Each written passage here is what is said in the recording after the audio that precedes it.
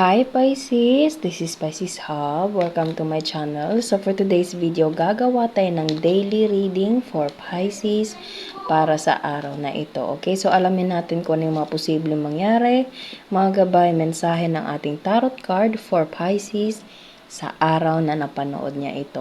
Okay? So Pisces, this is a timeless reading po. Kahit anong araw, buwan, taon, oras, mo ito napanood, gabi o araw, basta tugma sa'yo, take mo lang, okay? Pag hindi, huwag pong ipilit, okay? So, reminder lang Pisces na ito ay general reading po, so pwede pong mag-resonate, pwede pong hindi, and again, timeless reading, and welcome po ang lahat ng gender, babae, lalaki, LGBT, at pwede po sa feminine, or masculine na energies na lalabas sa ating cards, okay? Pwede po to sa lahat, basta magtugma. Pag hindi, again, huwag pong ipilit. Okay? So, alamin natin kung ano yung mga posibleng mangyari po. Mga gabay, mensahe ng ating tarot card for Pisces sa araw na napanood niya to. Mga gabay, mensahe, mga posibleng mangyari for Pisces sa araw na ito. Okay. So, meron tayo ditong Queen of Pentacles. Pwedeng you're dealing with someone na feminine energy, Pisces, or pwedeng ikaw po, okay? Na, there is something na about sa financial. Pwedeng ito ay someone na hardworking, girl boss, tama ba? Or boss lady? Lady boss? Okay. Basta ganun. Basta yung may ano siya sa financial. And, obviously, she's a feminine or you're dealing with someone na feminine energy, Pisces, okay? Na pwedeng ito ay boss mo, katrabaho, investor, or pwede, basta meron kayong connection sa taong ito. Okay? Pwede, naririnig ko din yung word na hardworking. Okay? So, ano po yung connection ng taong to sa dinidil ni Pisces?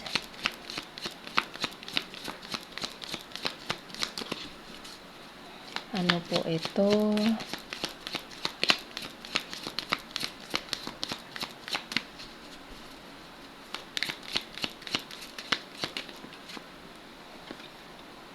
Oh, Two of Cups. There's something na partnership, companionship, okay? Relationship, pwede Pisces, okay? And nakikita nyo, it's either you or you're dealing with someone na, pwede ikaw to, or you're dealing with someone na ito Pisces, na posibleng there's something na contract or partnership to regarding with this financial or something like business or legalities, okay, or bahay, building, something like that. Kasi napapansin nyo, may dalawang taong konektado dito, okay? And nakikita nyo sa paghawak nila ng kamay, deep connection yung meron sa kanilang dalawa, okay? And there's para siyang certificate, para siyang parang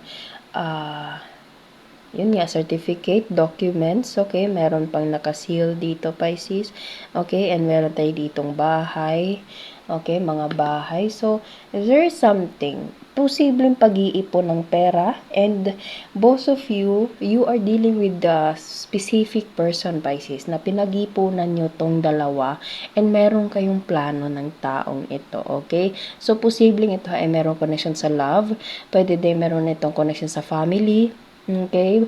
Or pwedeng meron itong connection sa trabaho, sa business, okay? Building, okay? Basta meron kayong deep connection ng taong to. Madalas kayong konektado ng taong ito, Pisces. Okay? So, posibleng ito meron connection sa financial, sa trabaho, sa pera, or posible din meron connection sa love. Okay? Kasi meron tayo ditong cups. Pero sa Two of Cups kasi dito is merong deep connection. Okay, malalim na pinagsasamahan. Okay, so, ano pa? Ano po ito?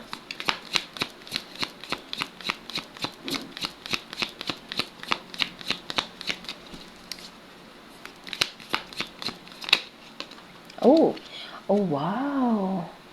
Pisces, pagka-flip natin dito, kitang-kita nyo mismo, nakapatong siya dito sa ating Queen of Pentacles. And, yun nga, parang ano nyo to, parang you are something like destined to be in this situation, to be together with this person, Pisces, okay? Kayong dalawa, yung nagsusumika, Pisces, okay? Napapansin nyo, ayan, sa napapansin nyo, Pisces, kanina nakapatong siya dyan, okay? And yung kamay, Pisces, there's dalawa na personality. There's a feminine, masculine, okay? Pwede din both feminine. Again, wala po tayong gender specific po. Take nyo lang kung saan kanino mag-resonate, okay? Basta meron dalawang tao na parehong nagsusumika pa yan. Ito, nagtatabaho siya, yung business niya, ganito, ganyan. And this one also is making his or her like skills, okay, mga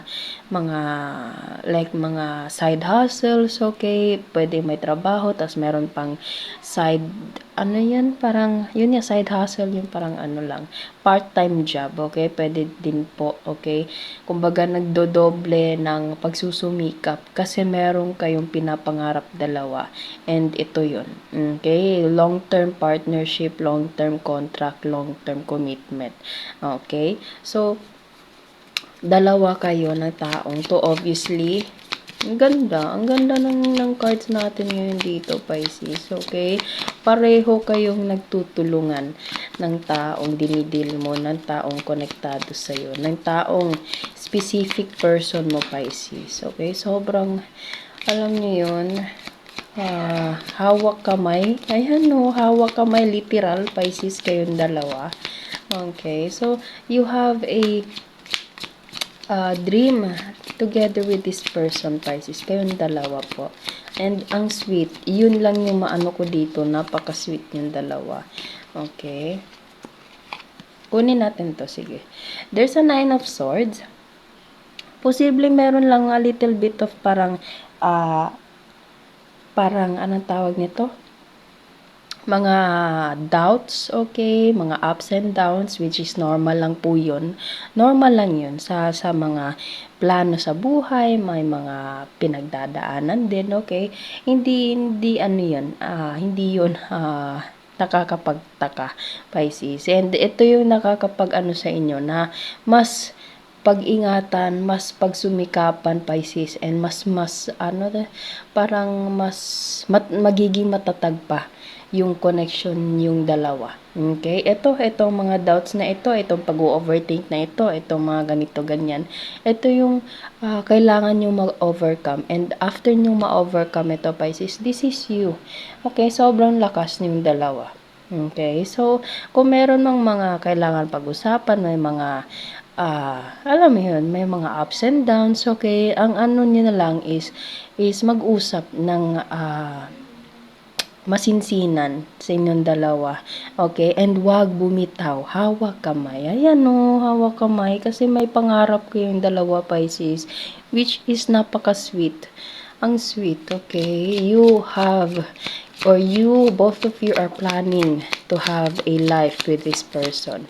Okay? Napaka-sweet. So, meron pa po ba message po ni Pisces? Okay? So, kuha tayo ng mga initials, random words. Kung sino. Ayan. Merong country, Pisces. Okay. So, merong bansa. Ano pa? Ano pa po? Sunshine. Ooh. Letter 9. Number 9.